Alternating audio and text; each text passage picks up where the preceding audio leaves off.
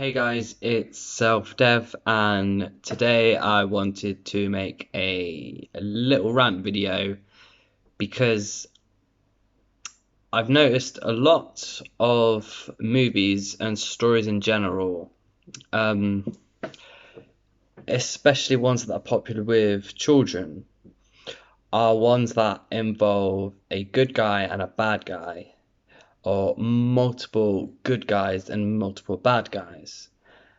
And what seems to happen, like, I don't have a problem with this in general because it's it's healthy practice for the children to learn what is good and what is bad in the world in order to avoid turning evil later on in life. So you don't want them to steal from other children or adults or whoever. You don't want them to hurt people or animals. You don't want them to just cause suffering and evil in general. So, and these movies and stories really help with that. But what my point is in this video is these movies and stories seem to suggest that the bad guys aren't capable of redeeming themselves. Now, this isn't true for all movies and stories, but a lot of them, especially the ones that are more targeted, or not really targeted, but the ones that are generally more popular, the ones that are more simple for children to understand, are the ones where the bad guys always lose and the good guys always win. And what I'm trying to say is that children growing up watching these movies and reading these stories, they might sink into their subconscious that who they see as bad later on in life are unredeemable and they can't change and they can't become good. And this is a huge problem because I think all evil and everyone who is evil or will be evil, they are able to become good. It's just a case of what needs to happen in order for them to change their ways. So I think more often is where an evil person used to be good as opposed to they were brought up to be bad. So I think in that sense it's easier for them to convert back into turning into a good person again. Yeah, so it seems to be a huge problem that these movies and stories are depicting so-called evil people to be evil permanently, and that there's no way of changing that, and the only way to fix that is to defeat them, whatever that means. It depends what the story is, whether they're,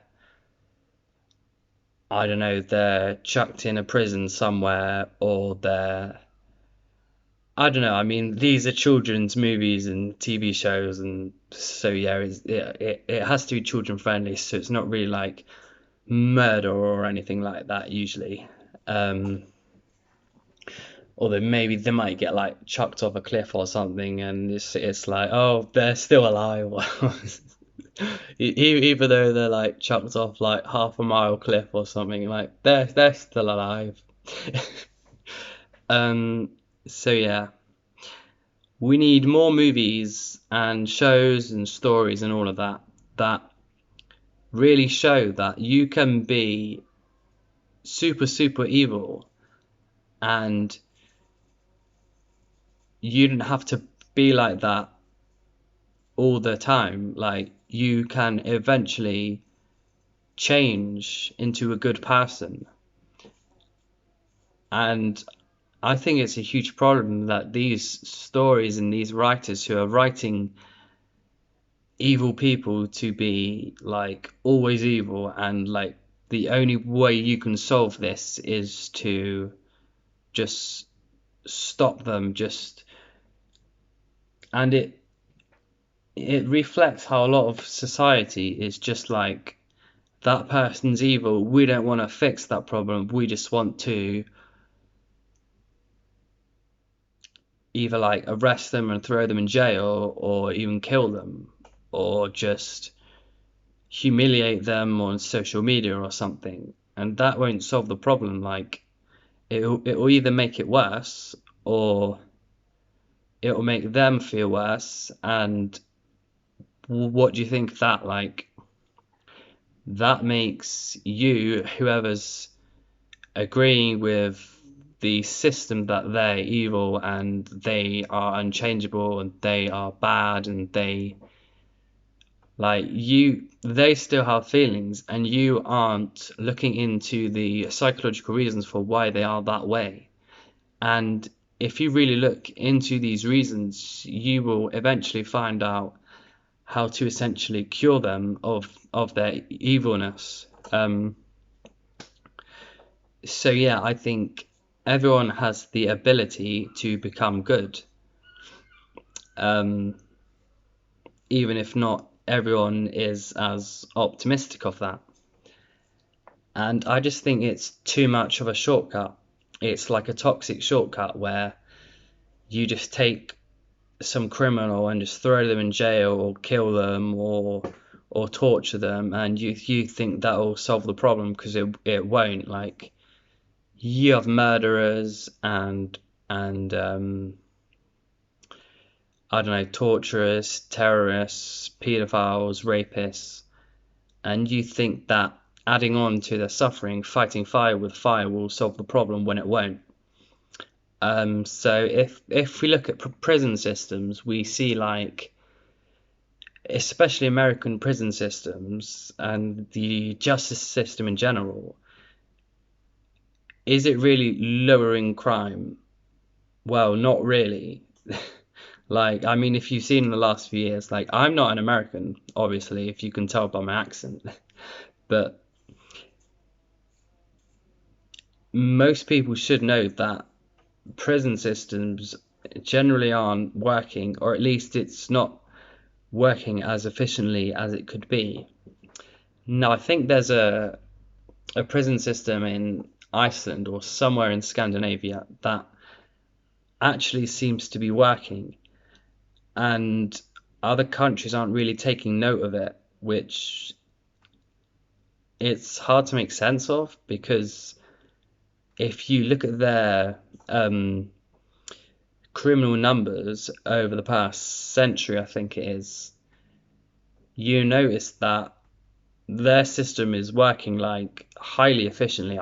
The I think it's Iceland, and I think they've only had like two criminals in the past like 100 years, and their prison system is, it like treats inmates like they are like in this, I don't know, like 3 or 4 star hotel, and they treat them like actual people, because that's what they want them to act like.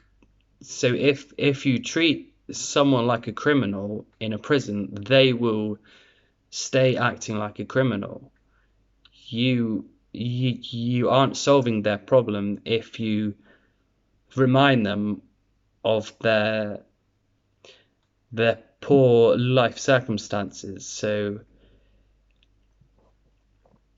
let's say you're in a prison system, probably in the US, that has guards that are constantly hitting the inmates and making them feel worse. Now, maybe they're in the prison in the first place. Maybe they've committed the crime in the first place because they were hit by, I don't know, their parents or their spouse or whoever, and you're reminding them of that trauma. And So you see, you can't fight fire with fire. You have to. Sometimes it sounds counterintuitive, but you you have to treat them like an actual person, and maybe that will change them. But we're socially conditioned to look at a crime and then think that has to be punished, but that won't work. In fact, what happens is usually the opposite, and only the people who aren't as lost in terms of morals are more likely to understand what a punishment is supposed to do, and then that will make them good. But those who are more lost in the evil path, they are less likely to understand what punishment is. They are more far gone from the morals and what is good and how not to be evil and why they should care about not being evil. So yeah, these stories, I want to see more of these stories and movies and just plot lines in general that show that even those who can be like the most evil you can imagine, like they can redeem themselves. So yeah, and also what I also want to say is a lot of these stories can have where the good guys are committing crimes in order to solve the issue in the story. So either put away the criminals or defeat them or whichever. And because the hero is the hero and the protagonist of the story, it's suggested that people who are watching or reading the story should just ignore the little crimes that the hero is committing. So let's say it's a superhero movie, like in a Marvel movie or something like that, and the hero might steal someone's car. Like he or she has stolen someone's car, and no one is taking any notice of what the story of the person who owns that car has. Like they might struggle a lot financially, and because you've stolen that car, they can no longer like drive to work or see their kids or their wife or whatever. So and this so-called hero isn't really taking any notice of that. The hero, he or she, is just like, I need this car, I'm taking it. Like, does that sound like a hero to you? So yeah, a lot of these movies and shows and plot lines are just not that healthy in terms of wanting to improve the justice system of the real world, trying to improve mental health of individuals and families and groups and countries. And I hope most people understand that society is heavily influenced by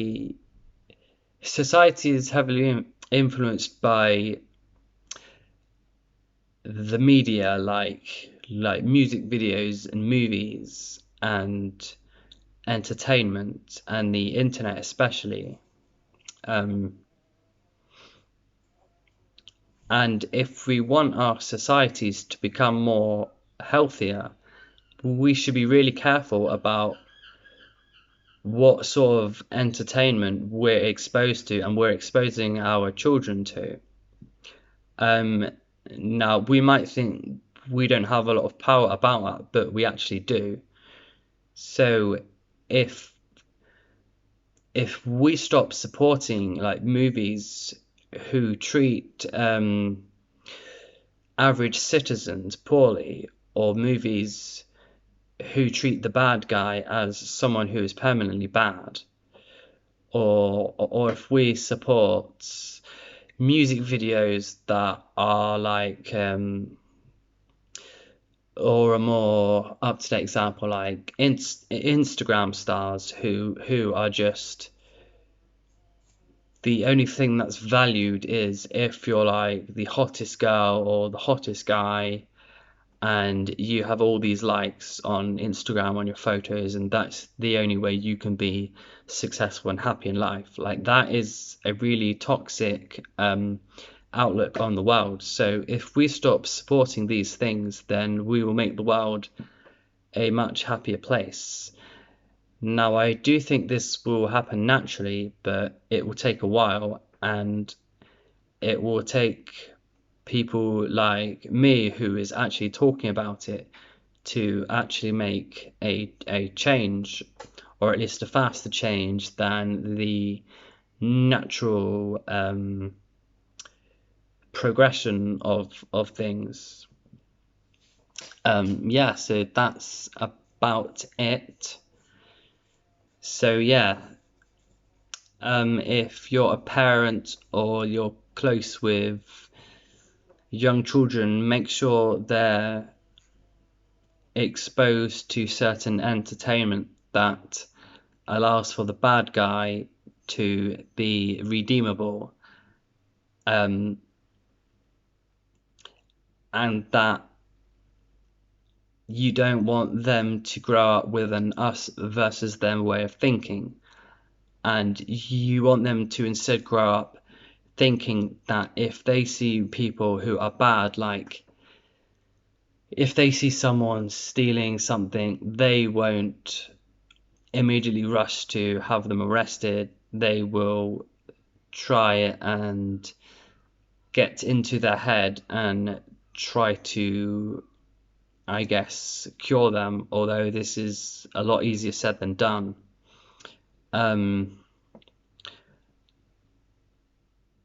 unfortunately, they probably won't listen to someone like you who's probably just someone on the road trying to be all hippie and trying to just save everyone. They might not listen to you, and you also might get hurt in the process. But the more people who are, I guess, psychiatrist minded, the more happier place the world will be. So yeah, let's have less of an us versus them culture and more of a, this person isn't evil, their actions are evil, so let's try to find out why they are acting this way, and let's try and make them act a different way, because usually if someone is evil or acting evil, it's because of their life circumstances and the way that they have been brought up to meet their needs is unhealthy, and you need to at least understand or even try to change their circumstances so that they don't have to commit certain crimes in order to be able to meet their needs. So like, for example, on Maslow's hierarchy. Yeah, I think that's quite a lot I've covered. I might make more videos on this. I might make more scripted ones, because it's a huge thing where people just attack people who aren't like them or who are not good, and use up so much needless energy on them, like hatred and anger and frustration, when that won't even solve the problem. And that's why the world is like this. It's just, society is just such a poorly educated place in terms of psychology. Like it has to be mainstream. Like, I think psychology has to be a mandatory subject in school, and if it's mandatory, then we'll at least have a fighting chance of saving a lot of people's lives and suffering and reducing crimes. And yeah, let's stop taking shortcuts in terms of solving crimes and saving innocent people, and let's try and cure the people who are a victim of their own selves and their poor mental health. Yeah, so thank you very much for watching. If you enjoyed it and you want to support my channel and my content, you can like the video, you can subscribe and comment and share with those who you think will find my content useful. And my purpose of making these videos is to spread awareness and love and wisdom in order to make the world a better place. That's probably quite obvious at this point. Yeah, I hope you have an awesome day and an amazing life.